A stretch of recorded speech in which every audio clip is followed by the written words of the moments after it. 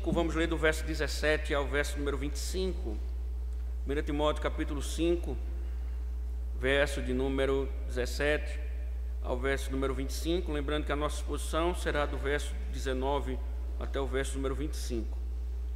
1 Timóteo capítulo 5, verso 17, diz o seguinte: devem ser considerados merecedores de pagamento em dobro os presbíteros que presidem bem, especialmente os que se esforçam na pregação da palavra e no ensino. Pois a Escritura declara: não amordace o boi quando ele pisa o trigo, e ainda, o trabalhador é digno do seu salário. Verso 19: não aceite denúncia contra presbítero, a não ser exclusivamente sob depoimento de 2 ou 3 testemunhas. Quanto aos que vivem no pecado, repreenda-os na presença de todos, para que também os demais temam. Diante de Deus, de Cristo Jesus e dos anjos eleitos, peço com insistência que você guarde estes conselhos, sem discriminação, nada fazendo com espírito de parcialidade.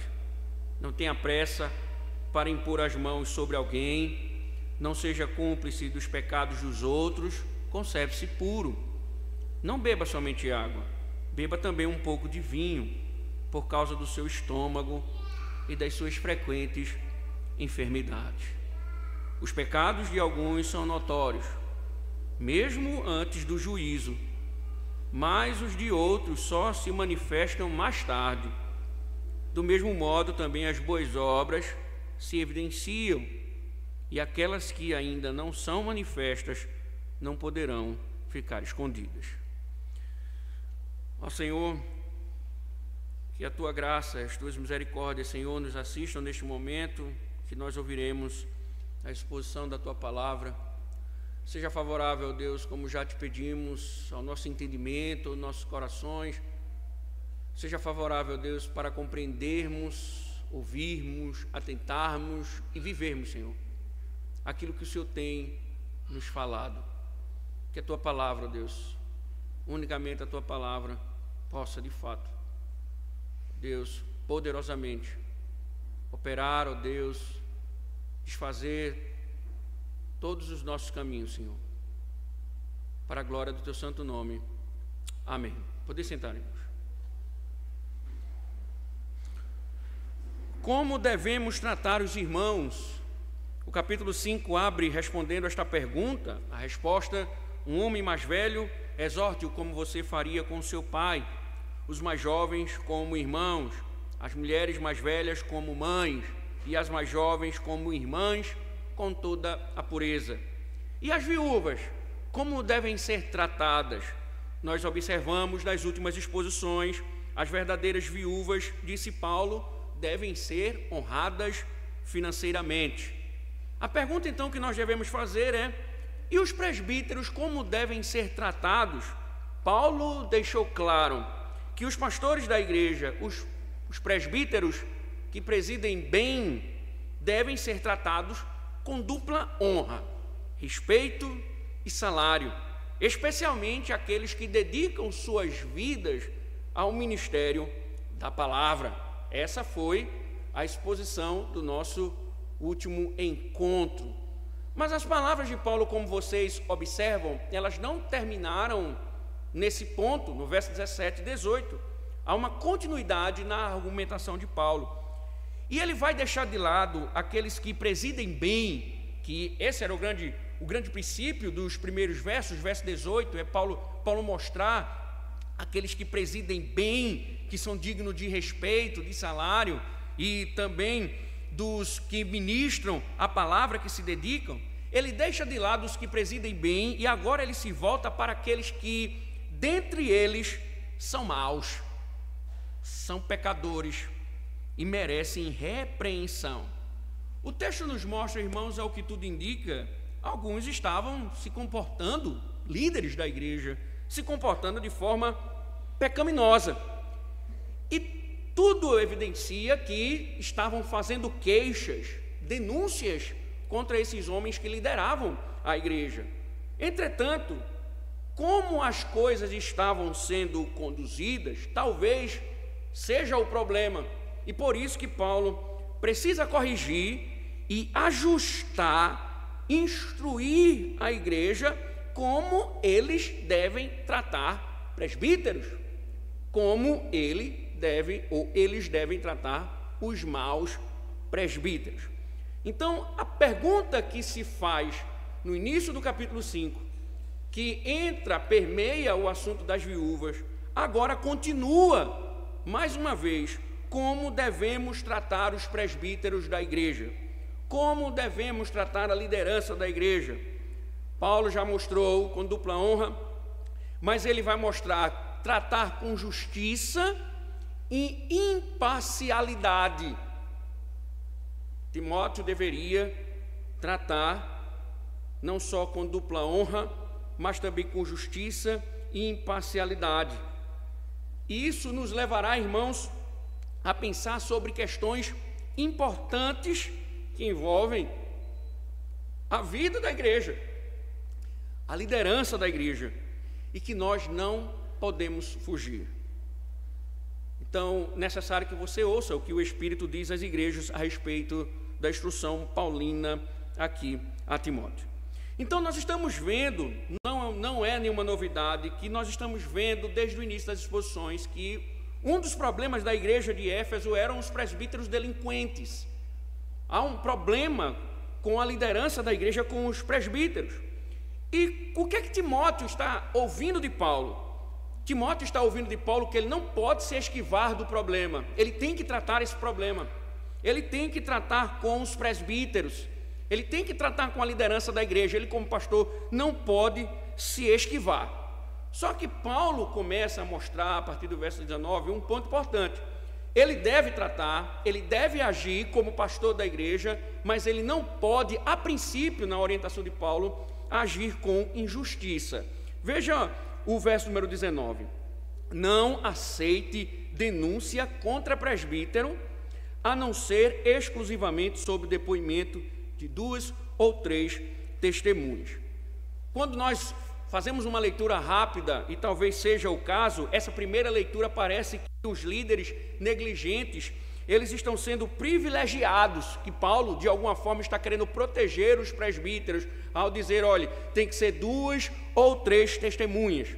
Mas esse é um olhar equivocado a respeito do texto, porque aqui nós estamos, como observam, aqui nós estamos diante de supostas denúncias que estavam sendo feitas contra os presbíteros.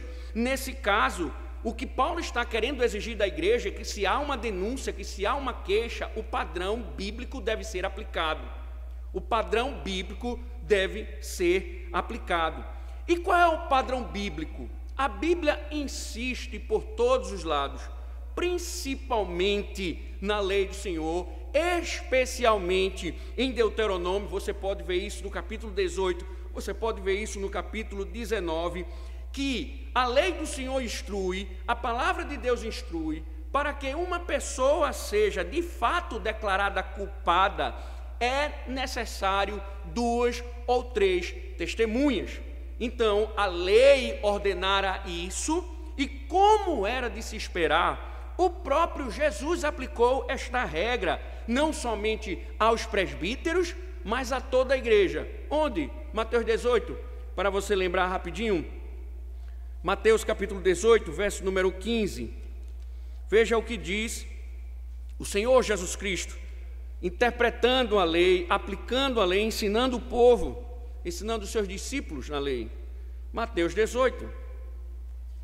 Observem, a partir do verso número 15. Aqui, o ponto do texto é como você deve tratar o seu irmão em casos de pecado.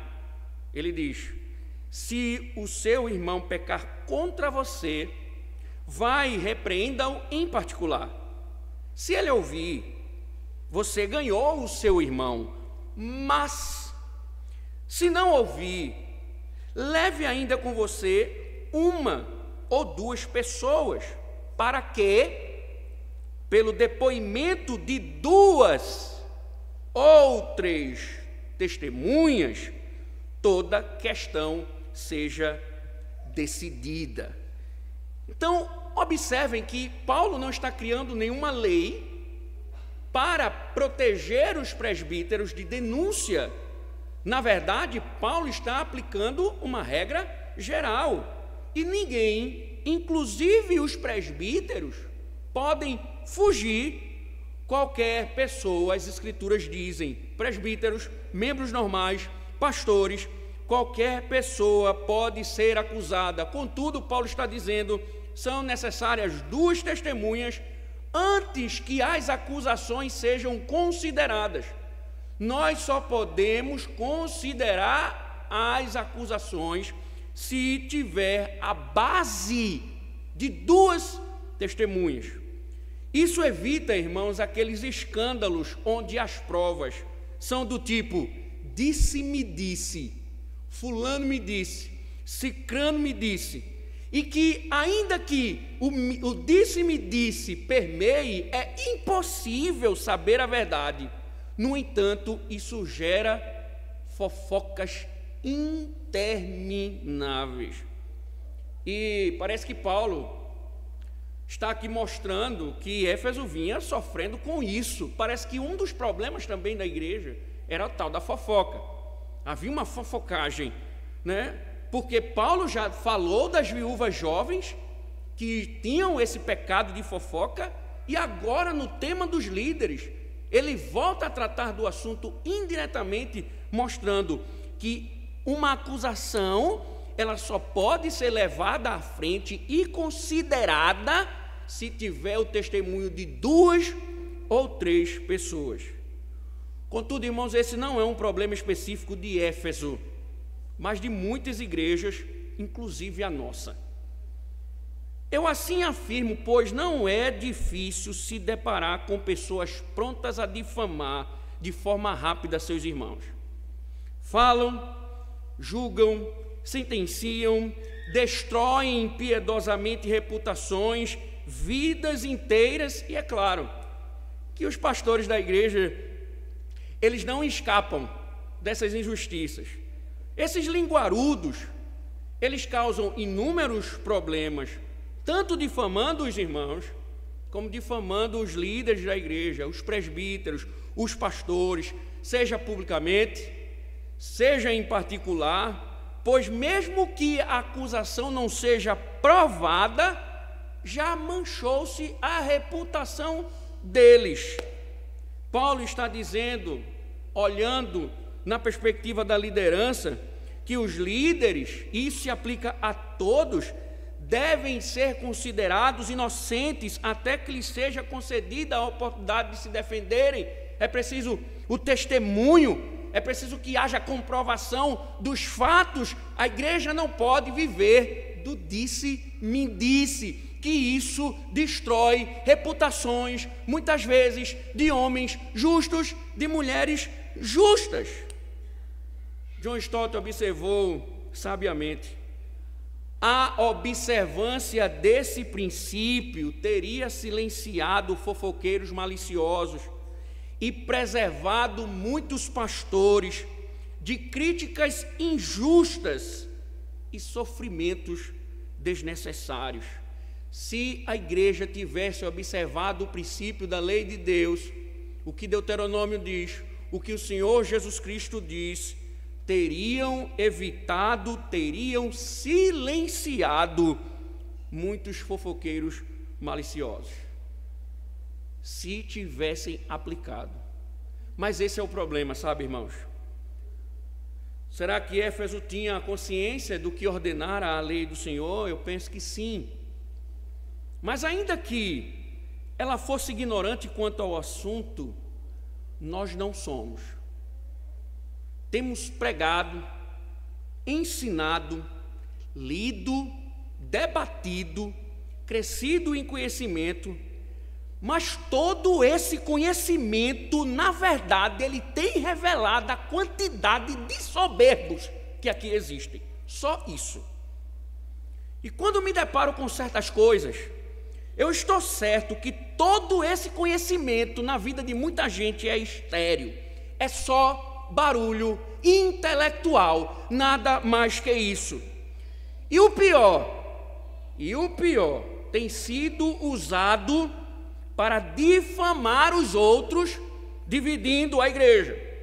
Tem mulher que começou a ler 2 revistinhas teológicas, já se sente a Simone Quaresma. A educadora do lar já se sente a Rodriga Mocelin. A perfeita dona de casa, a mãe perfeita, a esposa intocável difama a pobre mortal desorientada. As intelectuais difamam as leigas, as virtuosas difamam as pecadoras. E nesse ciclo de linguarudas peçonhentas, os venenos são cuspidos por todos os lados. Enquanto conhecimento não serve para nada. Não serve para nada. O conhecimento não serve para nada, só para soberba. Irmãos, permitam-me uma confissão. Por vezes, introspectivamente, reflito sobre a possibilidade de eu ter causado esse mal em vocês. Parece que vocês não estavam preparados para andar com as próprias pernas, que já estão correndo como se fossem adultos. Já estão correndo porque começaram a ficar em pé. Até fico às vezes a pensar que eu sou o problema. Talvez outro pastor fosse o ideal, porque vocês agora já estão conhecedores. E distante parece que estão de viver o Evangelho, porque não estão aplicando a lei de Deus. Se tivessem aplicado, eu não esquentaria tanto a minha cabeça com fofoca, disse-me disse, acusações que não se prova, que é simplesmente pecado. Paulo está dizendo que isso não pode acontecer com ninguém. Não pode acontecer com ninguém, inclusive com os ministros. Nós estamos vendo que muitas vezes os ministros sofrem com essas línguas. E uma razão para sermos cautelosos com relação aos ataques contra os pastores da igreja é que Satanás ele está agindo para destruir o ministério em muitas igrejas por causa disso. Quem atua por meio da fofoca e da difamação é Satanás, não é o reino de Deus. O grande articulador de pessoas que destroem reputações é o diabo. Ele tem esse papel. E aí Calvino faz um comentário excelente sobre essa questão, quando se trata dos ministros, dos pastores. Ele diz: ninguém está mais exposto a insultos e difamações que os mestres piedosos. Isso se deve não apenas à dificuldade das suas obrigações, que são tão grandes que às vezes eles afundam sobre elas, ou vacilam, ou dão um passo em falso, de modo que homens perversos encontram ocasiões para criticá-los. Mas, além disso, ainda que cumpram suas obrigações corretamente e não cometam um erro sequer, nunca conseguem evitar milhares de críticas. É de fato uma artimanha de Satanás alienar tais homens dos seus ministérios de modo tão gradual para que seus ensinamentos passem a ser desprezados. Desse modo, além de prejudicar pessoas inocentes, maculando injustamente a reputação delas, também a autoridade do ensino da palavra está sendo reduzida. O ministro santo de Deus está perdendo o poder, o respeito, por causa de difamações não comprovadas. Quantos pastores não sofrem diariamente com acusações infundadas sem ter o mínimo direito de se defender? Quantas coisas não dizem que o pastor disse, sem o pastor nunca ter dito, e ninguém nunca investigou para saber se o pastor disse? Quantas igrejas não foram destruídas por fofoqueiros que acabaram com a reputação dos pastores da igreja. Pessoas que simplesmente estão postas por Satanás para destruir a comunhão dos santos e a reputação dos pastores. Paulo está dizendo, isso não pode acontecer. Isso é violação da lei de Deus. Isso é quebra do 9º mandamento. É violação do 9º mandamento. É falso testemunho. A igreja não pode proceder assim. Se não tiver o auxílio de 2 ou 3 testemunhas, é somente disse-me disse e nada mais. Claro, irmãos, quando Paulo diz isso, ele não está, como nós falamos, querendo colocar os pastores, os líderes, os presbíteros acima da lei, porque pode existir, de fato, comprovação da denúncia. E aí, Paulo, ele vai dizer em seguida o que deve ser feito.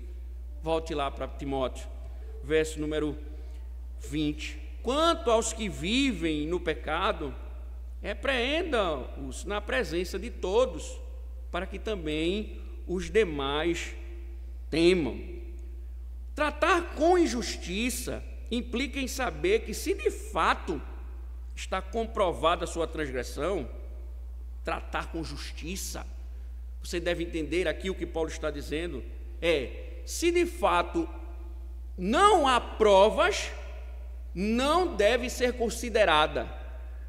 Mas tratar com justiça também uma vez provada a transgressão, seu pecado deve ser exposto publicamente. É interessante, irmãos, porque parece que Paulo está piorando a situação dos presbíteros. É como se ele dissesse assim, não, no caso, como é presbítero, vocês exponham os pecados dele publicamente. Timóteo, coloque publicamente os pecados dos presbíteros. De fato, nós devemos considerar, no próprio capítulo 13 de Deuteronômio, você vai observar, a lei ordena isso, que a punição para líderes, ela é diferente. Então, se um membro da igreja viola um mandamento público, trouxe escândalo, e o pastor comete esse mesmo pecado, trazendo escândalo, a disciplina, ela tem que ser diferente. Por quê? Porque há o pressuposto bíblico de que este revestido de autoridade, ele deve ser exemplo. Então a lei ordena que seja uma punição maior do que o membro comum. No entanto, o processo é o mesmo para todos. Então, quando nós olhamos o verso número 20, não devemos imaginar que Paulo está estabelecendo uma nova regra. Na verdade, o que Paulo está mostrando é que, observem, se já chegou no processo de 2 ou 3 testemunhas, o processo está em andamento. Então, esse processo em andamento não revelou, ou seja, existe de fato uma acusação, 2 ou 3 testemunhas provaram, e esse presbítero é de fato considerado transgressor. Então, quando Paulo diz, quanto aos que vivem no pecado, repreenda-os na presença de todos, Paulo está aplicando Mateus 18. Todo um processo foi feito para que chegasse a esse ponto. E essa denúncia pública significa os presbíteros devem ser disciplinados. Se forem comprovados, se eles vivem em pecado, Timóteo, eles são presbíteros, mas eles devem ser disciplinados. Eles foram acusados, as testemunhas provaram, e agora ele deve ser exposto à igreja. A denúncia pública, a manifestação pública, em primeiro lugar, visa mostrar que o pecado dele foi provado, foi tratado, e agora ele está disciplinado. Então, Timóteo tem que ser justo como tratar os presbíteros. ele deve preservar a integridade dos presbíteros diante de acusações falsas que não se provam, mas ele deve agir com justiça. Quando os fatos forem comprovados, ele deve disciplinar os presbíteros, ele deve tratar os presbíteros e denunciar os pecados dos presbíteros publicamente numa disciplina eclesiástica. Ou seja, Timóteo, seja justo, defenda o homem, o presbítero das acusações falsas, mas, uma vez provadas, seja justo, discipline os presbíteros. E aqui, irmãos, que interessante, porque nesses tempos indisciplinados, muitas igrejas permitiram que a disciplina caísse em desuso. Os líderes cristãos muito raramente têm a coragem de corrigir pecadores. Às vezes há algum tipo de encobrimento, nem mesmo os salafrários são punidos, de modo que as pessoas pensam que podem andar em pecado, que ficarão impunes. Mas o que Paulo está dizendo aqui, assim como é errado condenar precipitada e irrefletidamente, do mesmo modo não punir as transgressões provadas é abrir caminho para outros, encorajando-os a transgredir. Por isso, quando um líder faltoso é repreendido diante da congregação, Paulo diz o seguinte: para que também os demais temam. Os demais temam, quer dizer, toda a igreja, a liderança, quando uma disciplina pública ela é anunciada, a congregação está sendo advertida: não haja dessa forma, porque você receberá a punição. Não ande desse jeito, não copie os pecados deles, porque você vai receber a mesma punição.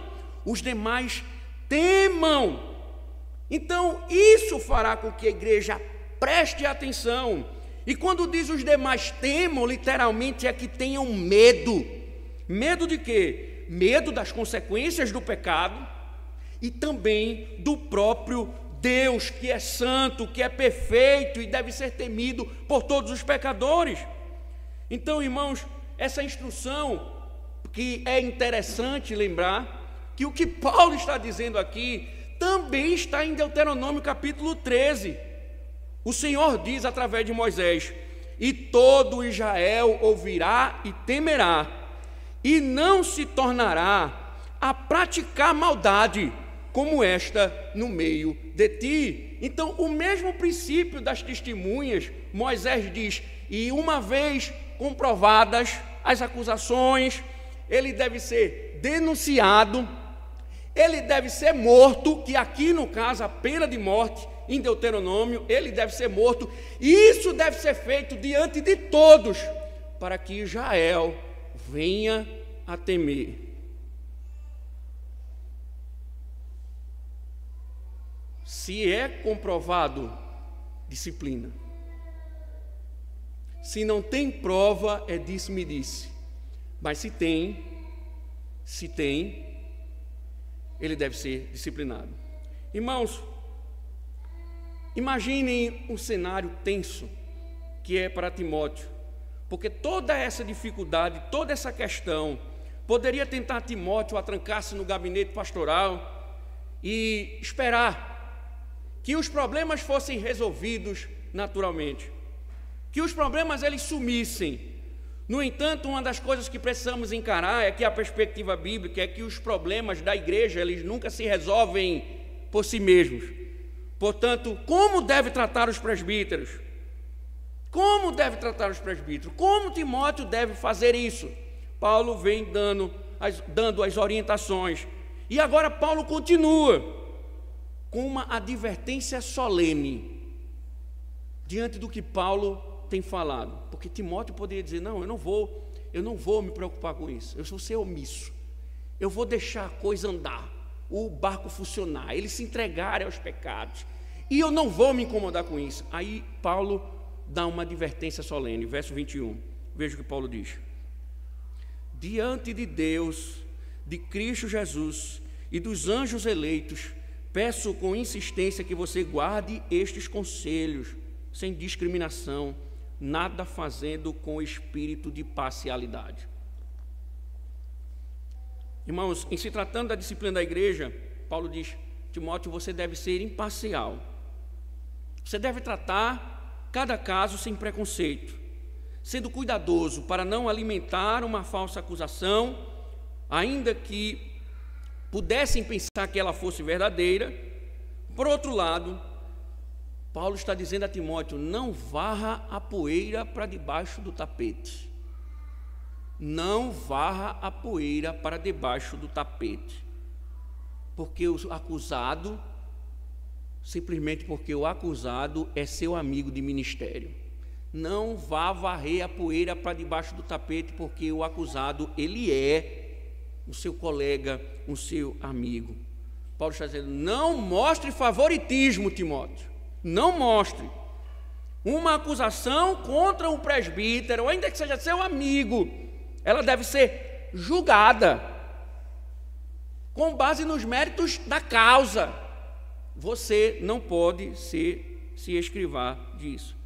E aí Paulo joga Timóteo no canto da parede com esse texto, porque para manter Timóteo com essa consciência, ele vai lembrar que a disciplina ela é realizada perante Deus, Cristo Jesus e os anjos eleitos.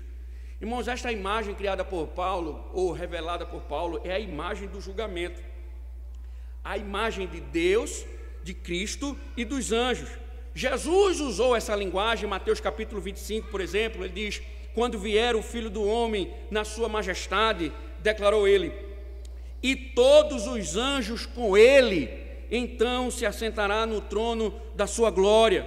No julgamento, ele será totalmente imparcial, porque não há no Senhor, segundo a Crônicas 19:7, o nosso Deus, injustiça, nem parcialidade, nem ele aceita suborno. Deus é verdadeiramente justo, portanto, no julgamento final, dará a cada pessoa exatamente o que ela merece. Então, Timóteo, os pastores não podem ser diferentes. Se Deus fará perfeita justiça ao final da história, então essa justiça deve ser feita no presente. Sempre que houver necessidade de julgamento, Timóteo, faça isso, porque você está diante de Deus, está diante dos céus. O Senhor está vendo a forma como você procede. Você vai prestar contas diante de Deus e não diante dos homens. Paulo sempre dá essa encostada na parede, conjuro-te perante Deus. Lá no 2ª epístola, Paulo vai dizer: prega a palavra, porque Deus vai cobrar de você. E aqui ele está dizendo: não haja com imparcialidade ou com parcialidade, porque você vai ser julgado por Deus, você vai prestar contas diante de Deus. Sabe, irmãos, um dos grandes problemas da liderança da igreja é que ela tem certos relacionamentos com os membros e outros líderes, e a amizade pesa mais do que o ofício. A amizade pesa mais do que o ofício. Pesa mais sobre os ombros, porque fulano é meu amigo, do que fulano é ovelha de Cristo. E por vezes esse relacionamento fraterno permite que os pecados sejam jogados debaixo do tapete e não sejam tratados, porque fulano, ciclano, cicrana são amigos. As pessoas continuam se perdendo em seus pecados, mas não são confrontadas, porque são amigos. Isso não é uma postura bíblica. O que Paulo está dizendo é: não pode ser tratado com parcialidade. Eles devem ser tratados assim. Por que, Timóteo? Porque você vai prestar contas diante de Deus. Não se esqueça disso. E aí, irmãos, uma das formas, Paulo, nessas orientações, Paulo vai mostrar o quanto Timóteo deve ser cauteloso. Quanto Timóteo deve ser cauteloso. E este é um assunto sério, porque Paulo mostra que Timóteo deve atentar e ter cuidado. Veja o verso número 22. Não tenha pressa para impor as mãos sobre alguém, não seja cúmplice dos pecados dos outros, conserve-se puro.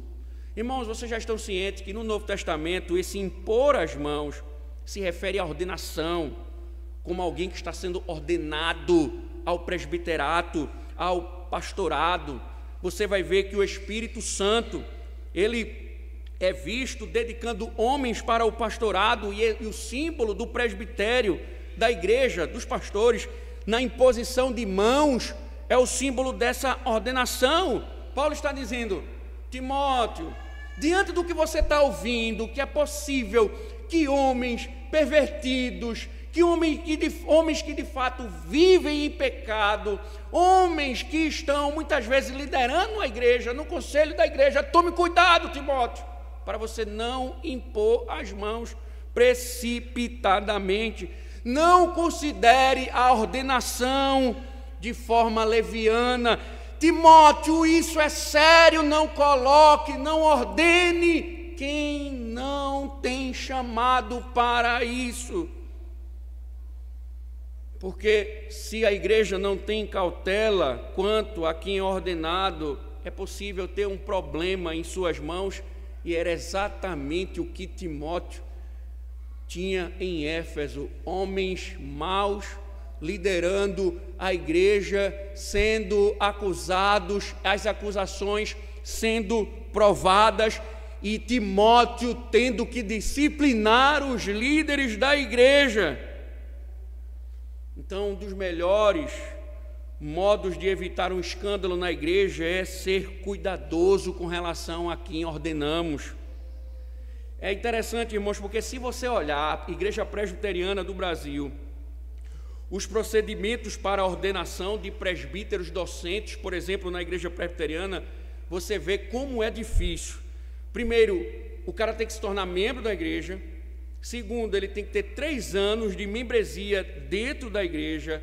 Depois de 3 anos, ele é avaliado pelos presbíteros. Se aprovado e testificado os dons, ele começa a trabalhar na igreja. Quando ele começa a trabalhar na igreja, se esses dons forem provados, ele é enviado para o seminário.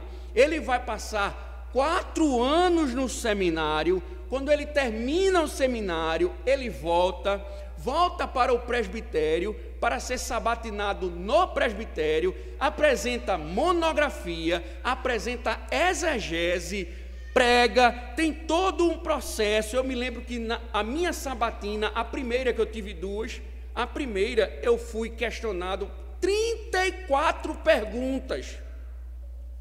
É uma sabatina longa, você defende o que você colocou no seu trabalho, enfim. E mesmo com toda a exigência, o que é que acontece? Pastor vagabundo se forma. Imagine se não tivesse essas exigências. Imagine. Paulo está dizendo: isso é sério. Isso é sério. Para presbíteros regentes, são menores, né? São menos rigorosas, mas Paulo está dizendo, elas devem ser consideradas. Um presbítero, primeiro, ele deve ser indicado pelos membros da congregação, ele deve ser examinado quanto à sua vida e doutrina. Uma vez aprovados para o presbiterato, eles vão para a congregação, para a eleição, e ainda assim é possível cometermos erros. Eu gosto de Martyn Lloyd-Jones, quando ele dizia assim, ele diz no seu livro Pregação e Pregadores, quando alguém chegava para ele e dizia que queria ser líder da igreja, pregador da igreja, ele disse: eu fazia de tudo para que ele não fosse. E aí, se ele fosse mesmo, eu veria que ao fazer de tudo para ele não ser, eu não conseguiria fazer com que ele não chegasse. Mas eu fazia de tudo, eu colocava peso sobre os ombros dele para entender a seriedade da coisa, para que ele não entrasse no ministério pastoral e não fosse vocacionado. Então, veja, irmãos, Paulo diz, não ordene de forma precipitada. Irmãos, é interessante que Paulo vai dizer a ele assim, mantenha-se puro, não seja cúmplice dos pecados de outro. O que isso significa? Por que essa preocupação de Paulo? Não ordene, mantenha-se puro, não seja cúmplice do pecado de outros. Sabe, irmãos, quando nós dizemos assim, quem toma a ceia indignamente profana o sacramento do Senhor, mas quem dá a ceia ao indigno, que sabe que ele está vivendo em pecado, que sabe que o testemunho dele público não é um testemunho de um cristão, e ele dá a Santa Ceia ao profano, ele profana também o sacramento. Sabe o que é que Paulo está dizendo aqui? Timóteo, preste atenção, porque se um presbítero ordenado por você cair em pecado escandaloso, isso vai refletir no seu ministério. Você será implicado no escândalo dele. Portanto, a melhor maneira de limpar as suas mãos é se recusar a impor as mãos em homens não qualificados para se tornarem presbíteros. A responsabilidade vai ser sua, Timóteo.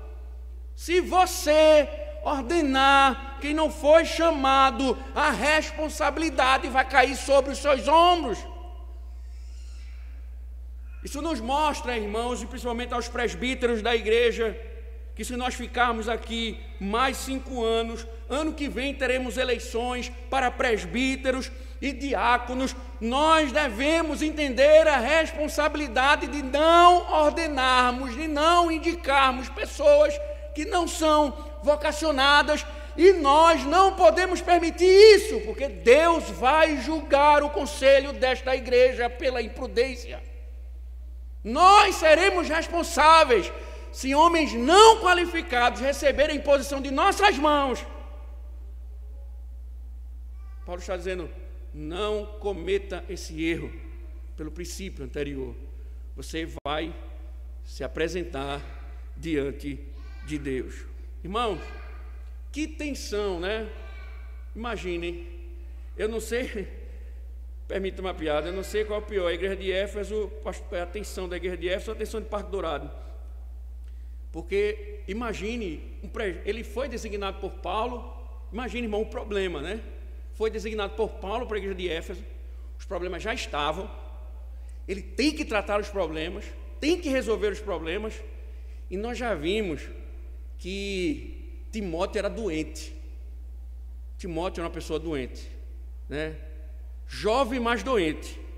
Paulo dá uma pausa, é interessante que ele dá uma pausa no seu argumento e dá a seguinte orientação ao ministro, veja o verso 23, não beba somente água, beba também um pouco de vinho, por causa do seu estômago e das suas frequentes enfermidades. Primeiro, com todo o malabarismo exegético que existe por aí do pentecostalismo, a palavra aqui é vinho mesmo, tem álcool, não é suco de uva não é dole, não é nada, é vinho mesmo, é vinho, que embriaga.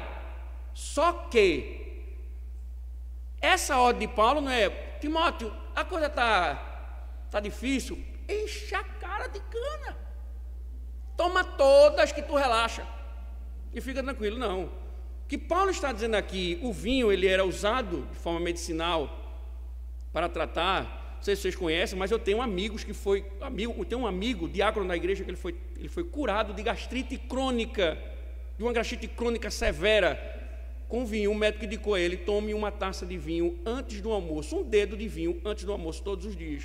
Ele não teve mais crises estomacais desde quando adquiriu essa prática orientada pelo médico.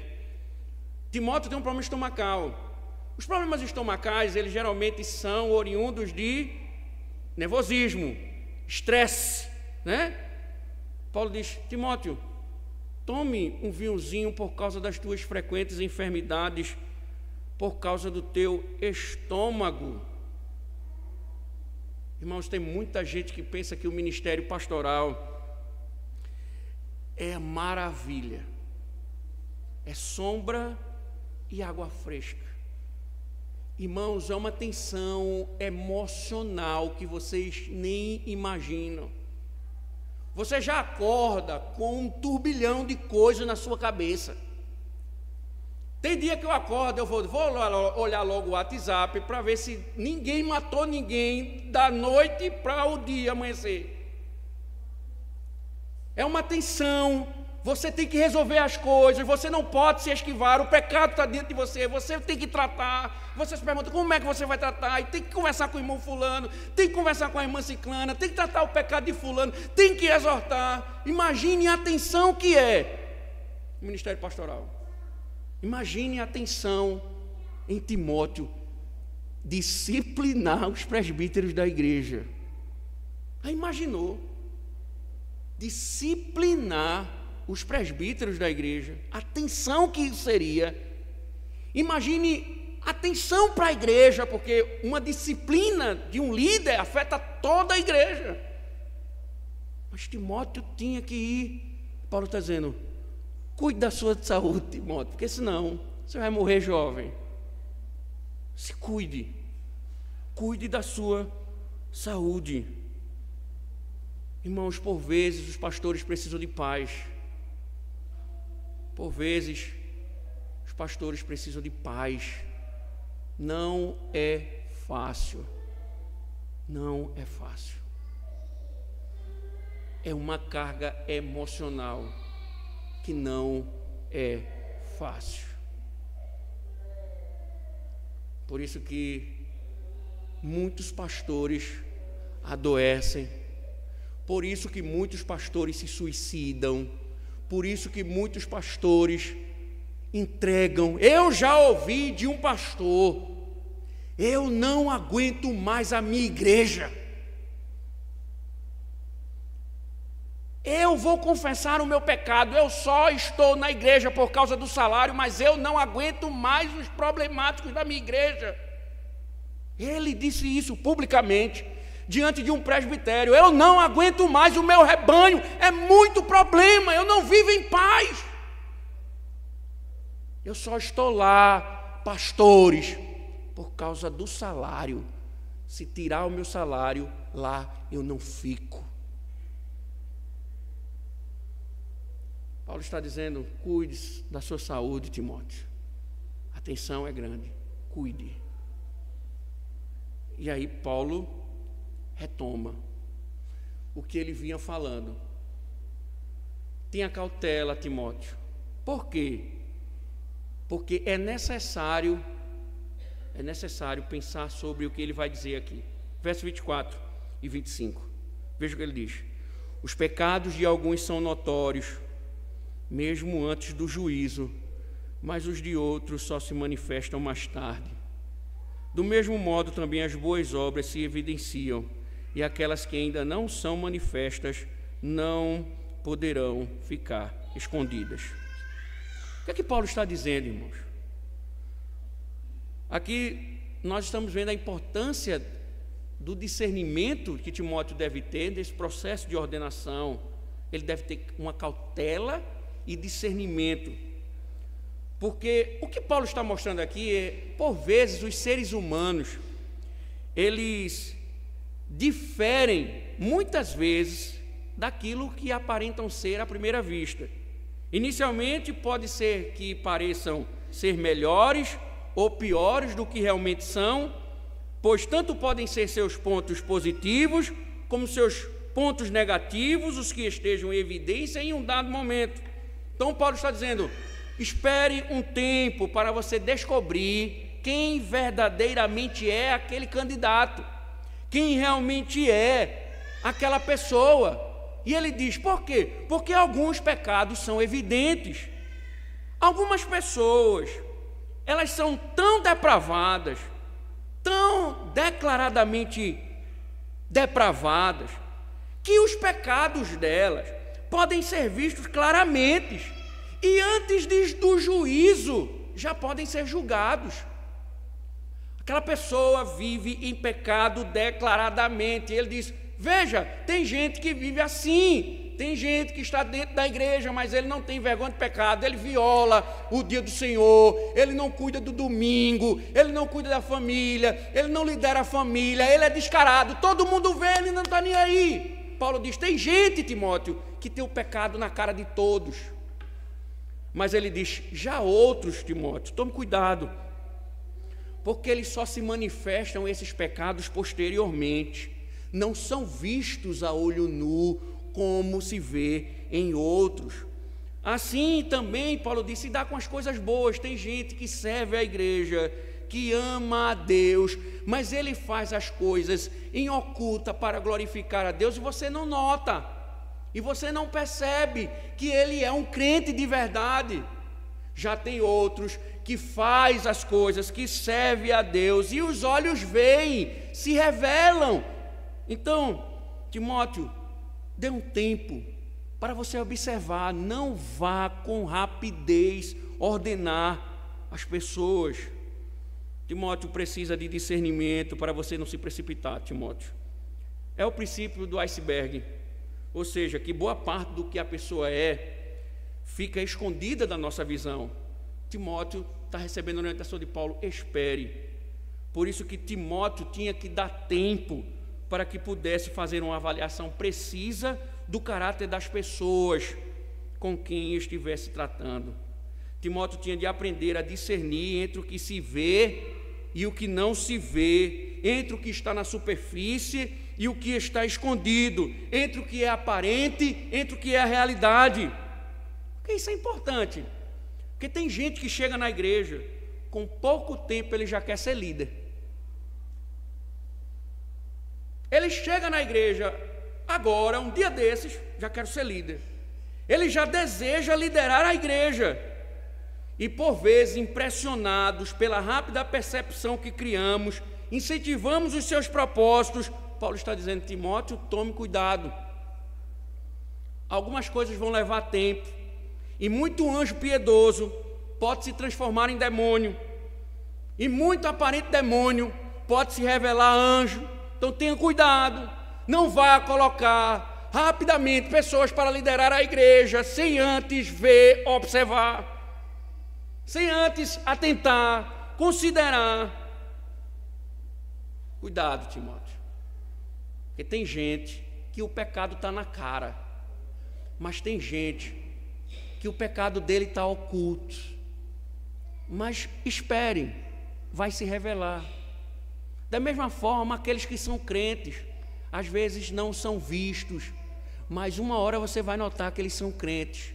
Já tem outros que são crentes e todo mundo sabe que ele é crente, porque todos notam a obra dele. Então espere, dê tempo ao tempo, não ordene precipitadamente, para que você não ordene demônios pensando que são anjos, e ordene e tenha que responder diante de Deus. Paulo então responde a terceira pergunta: como devemos tratar os presbíteros? Com justiça, com imparcialidade, considerando a necessidade